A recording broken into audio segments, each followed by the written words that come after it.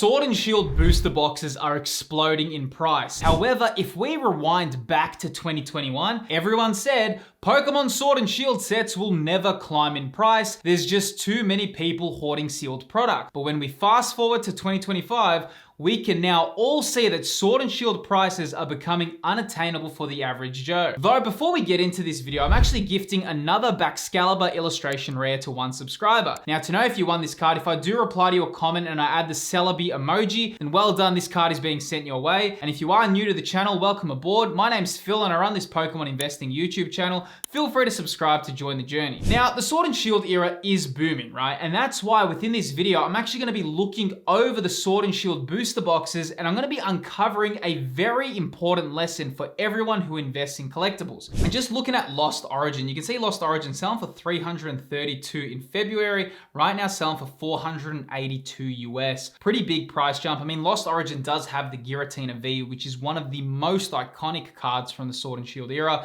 And of course, it does have some pretty other cool cards like the Aerodactyl V as well. I'm very interested to see where Sword and Shield booster boxes will go in the future, because when I'm looking at Lost Origin, right, amazing set, but does the booster box deserve that price point? Because the reprint for this was in 2023, but I suppose time has changed now as well. More and more people are entering the hobby, but it is very interesting to see what's gonna happen. But like I said, I don't think much of this sealed product is gonna go down because once sealed products get their new price point, they rarely come down. If we pull this into the year graph, you can see very rare for sealed to take any big dips. You can see last year selling for $213, and it just goes on a slow trajectory upwards. Now also, if you are looking to buy some of these products, that does actually bring me to today's video sponsor, which is Misprint. Now Misprint is a US-based website which allows collectors to purchase Pokemon cards and products at community-driven prices. Now Misprint is super unique because it actually offers a buy now option along with a sell now feature. This means buyers on the app can put in an offer for items that they are willing to purchase, and if the price ever drops to that level, the sale happens instantly. And Misprint becomes a super useful app for both buyers and sellers because, you know, buyers can set a price that they're willing to pay, and sellers have an option for immediate liquidity, which is super useful in the current market. Now also, if you do download the Misprint app, there's actually a scan feature which allows you to take photos of a bunch of PSA slabs, and it will automatically show you which slabs were in the photo and their market prices. Though just to note, this feature only works for PSA 7s and above. Now, if you do want to try Misprint, feel free to use my code to get $5 off your first purchase. You can find all the details of Misprint within the video's description. All right, so as you can see, Pokemon Sword and Shield booster boxes are going parabolic, dude. You can see right now Evolving Skies just on that graph how much it has gone up, and it's kind of wild to think this, man, because Evolving Skies, like, what is the limit for this booster box? Yes, it's in demand. Yes, it's got very difficult pull rates. Yes, it was a great set, right? There's no denying how good Evolving Skies was, but just look at this, man.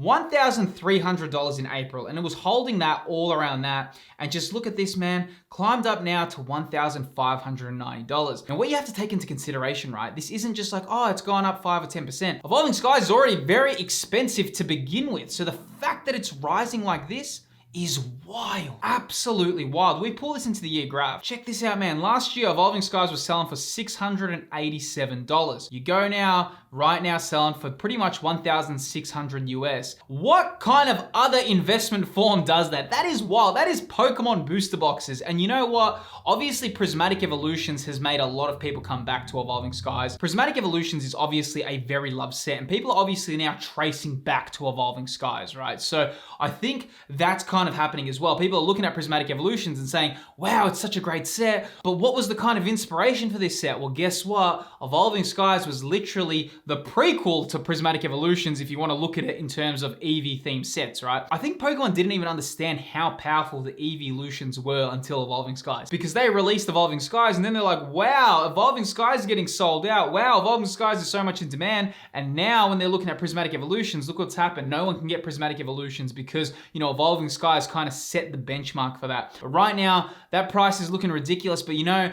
I can't really say it's going to come down in price either, because how sealed booster boxes work is once they get their price point, they so rarely come down in price. Like, look at that graph right now. I'm looking on the year graph of Evolving Skies, and you can just see that's consistently gone up. Some points in the market, it hasn't moved at all, like here, but you can see it just slowly continues to climb up. Singles aren't like that, right? If I pull any singles up right now, you'll see that singles are going up, down, up, down, up, down. Sealed booster boxes are not like that, and that's why they're such a unique position in the Pokemon investing world. And that's why so many people are obsessed with sealed. But you know, with me, I do like my sealed products. I sometimes get a little bit exhausted of sealed because it's like, oh, I kind of do like to actually own the cards inside the set. But don't forget, right, we have a rip and ship culture at the moment. A lot of people are opening products online. More and more sealed product is getting opened. And don't forget, and I speak about this a lot, sealed product has far more utility now than it did 3 or 4 years ago. 10 years ago versus now, sealed is a gold mine because of the utility it has, right? I mean, with the rip and ship culture, people are opening, you know, sets from 5, 10 years ago, and people are willing to buy it because there's a market for it at the moment. And that's something you need to take into consideration. When we're looking at Fusion Strike as well, you can see Fusion Strike has had some real growth as well. February selling for $450 US, which is pretty expensive for a booster box, right? But you can see right now, look at that. Fusion Strike currently selling for $680 USD for a booster box. That is so expensive. And part of me is bewildered at that because I remember Fusion Strike. It's so funny, man. And it's the weirdest thing that happens, right? When sentiment changes, it just changes. Because like, if you were around during the Sword and Shield era, Fusion Strike was like, okay with a lot of people. Not many people loved it to like what they look at it now. When people look in retrospect, everyone says, whoa, Fusion Strike had the Espeon VMAX, man. Oh, the Mew VMAX, that was such an awesome card. Oh, the Gengar VMAX, I love that card, right? But you know, when it came out, a lot of people were saying, wait, Fusion Strike is nowhere near the level of Evolving Skies. People were actually disappointed with the set. And the set moved nowhere for such a long time. In fact, Fusion Strike, you could still get below retail price even in 2023. So now that Fusion Strike is looking like this, to me, it's kind of wild to think it, but you know what? Paldea Evolved, an amazing set. Surging Sparks is already super expensive, but an amazing set. Even Twilight Masquerade, you know, when people begin getting nostalgic for these sets, they do slowly climb up in price. Now looking at Chilling Reign, okay, now Chilling Reign has also gone up. You can see in February selling for $303 US,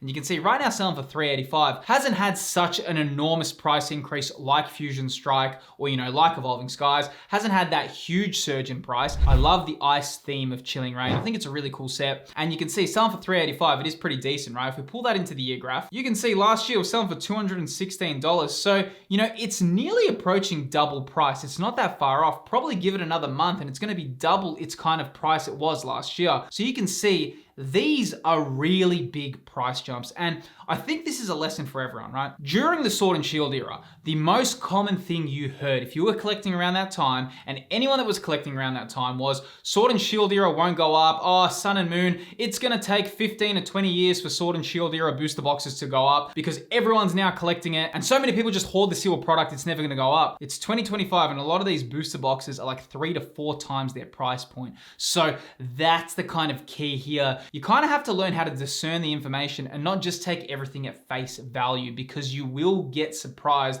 on how much things can shift. Now, probably an interesting one to look at here is Battle Styles booster boxes, right? Because you can see Battle Styles was selling for $164 US a booster box.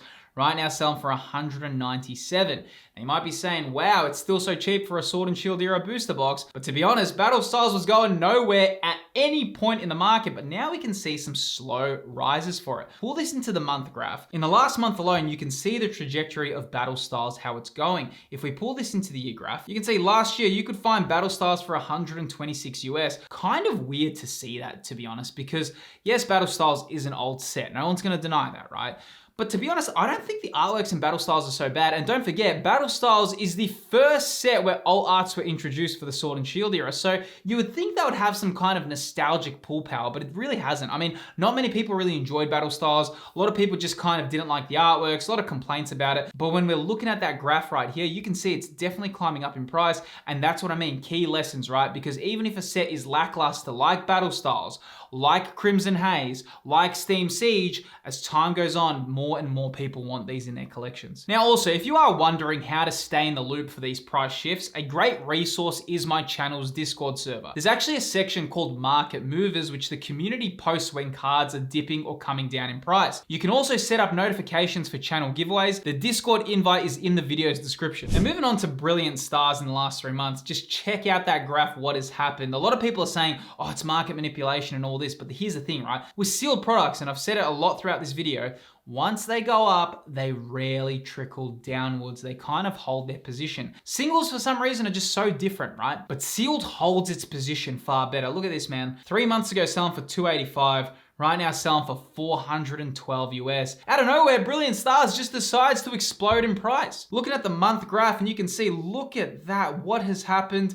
People are confused at the moment, right? Even when I see that, that is an enormous price shift for something just to happen out of nowhere. But I mean, that's what happens with collectibles. That's why so many people make content about investing in collectibles, because these things happen. There's just this huge spike and a new price gets established. And then when the new price gets established, it just rides the wave, you know, for 3 months, 6 months, 9 months, and then bam, another boom happens and it enters a new price realm, and then it rides that price wave for another 3, 6, 9 months, and then it happens again, and again. And that's why collectibles are so unique. That's why so many people are coming into the hobby at the moment. And another interesting one is Silver Tempest. You can see selling for 238, right now selling for 322. Very strange to me that Silver Tempest is nearly approaching Chill and Rain. To be honest, Silver Tempest to me is quite a lackluster set. There is pretty much one card to chase in Silver Tempest, and it's Lugia V. Everything other than that is kind of lackluster. And you know what's wild when you look at this as well? When we look at the Lugia V is coming down in price, but the sealed is going up. So here is a lesson to learn. Don't think just because cards are dropping in value that means the sealed's gonna go down. Sealed behaves completely different. They are two different verticals. Even though sealed product and singles are both Pokemon cards, you almost can't compare them in any way, shape, or form. There's no correlation between the two when it comes to the market. The only kind of thing you'll find is if singles really start climbing up in price, then the sealed booster boxes and the sealed ETBs do come up. But if the singles start crashing super heavy in price, sealed doesn't drop. So it's kind of like this weird thing where if singles are rising, hey, guess what? Sealed's gonna rise as well. But if singles are dropping, sealed just stays put in the market. And you can see that right here. Look at this, in the last 3 months, Lugia V went from 305 US and now sitting at 272. If you pull this into the 6-month graph, you can see it was sitting at 199 US, found a top of the market for 302, and now it's kind of coming down in price a little bit. Who knows where it's going to find a new position in the market, but there you go, some key lessons from the Sword and Shield era. However, you know, after all of this, one question that comes up is how do you actually collect these Pokemon cards on a budget? And I do reveal the answer to that right here. Within this video on screen, I go over how to collect Pokemon cards on a budget and the best tools and resources for that. Feel free to click the video that's appearing on screen, and I'll see you on the next video.